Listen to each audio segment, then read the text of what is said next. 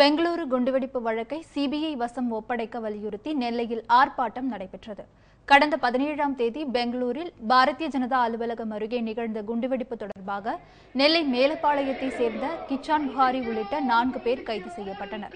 இதையடுத்து எங்கு குண்டுவெடிப்பு நிகழ்ந்தாலும் முஸ்லிம்கள் மீது பொய் வழக்குகள் போடப்படுவதாக கூறி இஸ்லாமிய அமைப்புகள் சார்பில் தமிழக காவல்துறை தலைவரிடம் மனு அளிக்கப்பட்டது. இந்நிலையில் நெல்லை மேலப்பாளையத்தை சேர்ந்த 4 பேர் கைது செய்யப்பட்டதை கண்டித்து எஸ்டிபிஐ சார்பில் மேலப்பாளையம் சந்தை அருகே ஆர்ப்பாட்டம் நடைபெற்றது.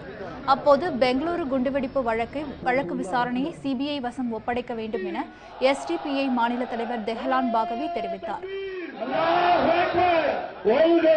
தமிழக காவல்துறை வெளியிட்டிருக்கக்கூடிய அறிக்கையில் எங்களுக்கு தெரியாமல் கர்நாடக காவல்துறை தமிழகத்திலே வந்து இந்த கைது நடவடிக்கையில் ஈடுபட்டிருக்கிறார்கள் என்று தமிழகத்துடைய காவல்துறையினுடைய தலைமையக எஸ்பி தெரிவித்திருக்கிறார் என்றால், தமிழகத்திற்கு தெரியாமல், தமிழக காவல்துறைக்கு தெரியாமல் கர்நாடக காவல்துறை இங்கே வந்து கைது செய்திருக்கிறது என்பது தமிழகத்திற்கு, தமிழக அரசிற்கு அவமானம் என்பதை தமிழக முதல்வருடைய கவனத்திற்கு நாங்கள் கொண்டு வருகிறோம்.